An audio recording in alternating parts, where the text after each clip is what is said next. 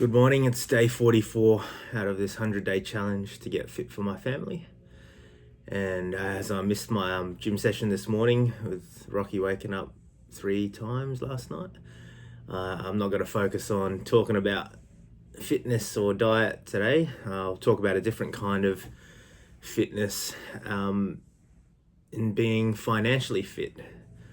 So, it's all well and good to get physically fit and mentally fit, emotionally fit, but you also want to be financially fit for your family and kind of lead by example when it comes to managing your finances and your money and how you're spending. And it comes down to being on the same page as your missus or as your partner. And Bianca and I are pretty much we like to spend on, or say waste money on different things, but you're allowed to have your allowances because you got to enjoy life, right? But at the same time, you want to make sure your money's working for you. So the reason I'm talking about this is not only so I can work it out for myself and point it in the right direction moving forward. So I'm turning 40 and we're comfortable. I'm not complaining. I'm not crying poor. I'm grateful to be in such a stable job, and Bianca's been in her role for just as long, and it's a bit more volatile. But with the introduction of AI, that's everywhere. But for the moment being, we are on a good wicket. And we just need to maximize utilizing this opportunity when we can, whilst we can. That being said, this is all as well. These videos are all for our 2 boys, Rocky and Zeke, to look back on if they wish when they're a bit older. So things may change by then, but my advice to them. But I think, taking a deep dive into your finances and just knowing exactly where your money's going is worth the time. It's worth the effort, and it will pay off in the long run if you just knuckle down to begin with and just do the hard work. So what I mean by that is I spent a few weeks ago, I set up a whole bunch of accounts, new accounts, and I separated them. They're called buckets. I think I heard or I read about it in the Barefoot Investors book. He's Scott Pape, I think his name is, where he talks about separating your income into different buckets. So bills bucket, a living expenses bucket, your mortgage, your rent. So that's what I've done, and it took a while categorizing every little transaction that's come out. And what I did was I used the past financial year as a baseline. And with searches now in your internet banking, it's quite easy. Some banks even categorize them for you. It makes it even easier. But I don't like to rely on just an automatic categorization. I came up with my own, and then I manually went through the transactions and I categorized them that way. That way I know they're going into the correct buckets, so to speak. So we've got 2 of those buckets for the kids' savings. So there's just a token amount every month that will come out of our main income account and be distributed to the kids' savings bucket. It's not earning interest at the moment. What we've done is all these buckets are offsetting our mortgage for our home. And that's the most beneficial way. We're saving more interest than we can earn at the moment by offsetting the mortgage, because it's our biggest expense, right? And they say your house is an asset, but if you're living in it, is it really an asset? It'll go up in value hopefully in the long run, but it costs you money. So I'd say it's a liability. I'm pretty sure some experts classify it as a liability as well, but that's how I view it. In terms of the mortgage, yeah, we don't spend much on day to day. We're not shopaholics. I haven't, like, what I used to buy was guitars, and I haven't bought a guitar in years, like a lot of years. All my guitars are in the garage now because the kids keep strumming them, and then they end up on the floor, and I don't want them wrecked. So they're all in the garage, and I'm pretty sure I'm going to go on a marketplace them or something. Going to get rid of a whole bunch of them because they're sitting in the garage collecting dust, and they could be making money and making someone else happy. So yeah, so we don't spend a lot on stuff. We tended to go out quite a bit before kids. We went out for a lot of dinners and just, activities, and that's where a lot of our money was going. And since having kids, that's kind of been replaced with kids activities like play centers and, amusement, what do you call them, arcades, that kind of thing, or dinosaur parks. All these things cost money. Like, even if the kids are free, they charge an arm and a leg for the adults. That's how they get you. But they're a business, they're going to make money. So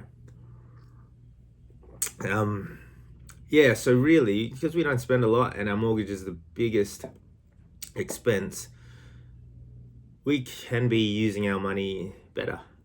Like, we don't have an investment property, and I think the next step is to rent out our property and then rent one ourselves, because we definitely have outgrown our small place, but we can't afford a bigger place in any of the areas that we'd prefer. So I've read about this thing, it's called rentvesting, where you have an investment property, but then you rent where you want to live because it's cheaper to rent. I mean, sure, you're paying off someone else's mortgage, but you don't have any of the council rates and all that other jazz that comes with it. I think the rent money is dead money is a bit old school, because have you seen house prices now? They're ludicrous. It's huge. How do you expect, like, we are lucky that we're in a generation where it was still affordable. Like, we didn't earn as much, but it was still affordable to get into the market. And now, like, kids these days, or like young adults, it's near impossible to, unless you're saving, you live with your folks for ages just to save up your deposit. Like, how are you gonna afford $1 million for a small 3-bedroom unit? Do you know what I mean? Like, so that's another reason why I want to get financially fit for my family. It's just that way I can help, or we can help set them up, set Rocky and Zeke up, so that when they're adults, they've got a little, what do you call it, nest egg? I think that's what they call superannuation, isn't it? Nest eggs. I don't even want to call it a trust fund, because that sounds really pretentious and wanky. Very American, isn't it? A trust fund, but it's more that they've got a base to use. They can use it to start a business. They can use it for a house deposit. I hope they don't use it to buy a car. I know they're boys, and boys love their cars, and unfortunately I never got a fast car. I still do want one. I thought I was going to get one for myself for my 40th, but it's looking unlikely now. If I get through this challenge and do a high rocks, I might reward myself and get a new fast car, just to drive to and from work. It's not going to be family friendly, but it would be good if I had 4 doors so that I can get the kids in and out of their car seats out the back quite easily. So it limits it down. There's 2, I think. WRX, are they even fast anymore? They were fast back in my day. WRX and Lexus ISF. They're the 2 that I'm contemplating if I were to buy a car. But we're talking about financial fitness and getting money in order, and I'm talking about wasting money on cars. Good job. But hey, on the other side of the spectrum, you can't just not enjoy life, right? I got my 20 years of service certificate from work, not 2 weeks ago. 20 years of working hard and just making money for, I was getting paid my salary, but essentially making someone else wealthy. And, that's kudos to the owners, because they built this up from scratch. They took all the risks and they turned it into what it was. The fact that it's a business that can pay other people to live. That's amazing. And I wish I had the know-how and the dedication to start and run my own business. Bianca and I did try this. We tried a side hustle, which was a swimwear brand for kids. And worst time to start, because we had Rocky and we were all brand new parents. What do we do with all our free time? Let's start a side hustle. Yeah, that we could have picked better timing. And then Zeke came along and then just wrote the whole thing off completely, and we've got all this stock in our garage. I mean, it's good product. We use it for our own kids, and they still use it, and it's great. It's held up on trips to, on their weekly swimming lessons, on almost weekly trips to the beach. They've held up. So I think once this 100-day fitness challenge is done, I might even do a 100-day business challenge, or to try and get that back up and running. Because I've always wanted to have a side hustle, run my own business, and that way I can implement my own ideas. Sometimes when you're working for others, it's hard to get your ideas on the table, let alone, in action, because you're not the decision maker, you're not the final decision maker. And I think that's what owning your own business and running it is all about. It's you make the decisions, you're responsible for how well it goes or how poorly it goes, and you're responsible for how your time's managed. And the skills you can learn from running your own business, it can't be replicated. And the reward, if it's successful, or when it's successful, should I say. I think I said yesterday after watching the Mr. Beast video, just don't stop. Unfortunately, we started the business and we got some initial sales, and we were, quite excited. We ordered a whole bunch of stock, and we were moving some of that stock. It's just online. It wasn't a physical retail shop. It's just an online store through Shopify. But, we were getting random people buying it. We dabbled in Facebook ads and that, but yeah. When Zeke came along and sleep got hard, Bianca returned to work after maternity leave, the business just stopped. And the key is to not stop.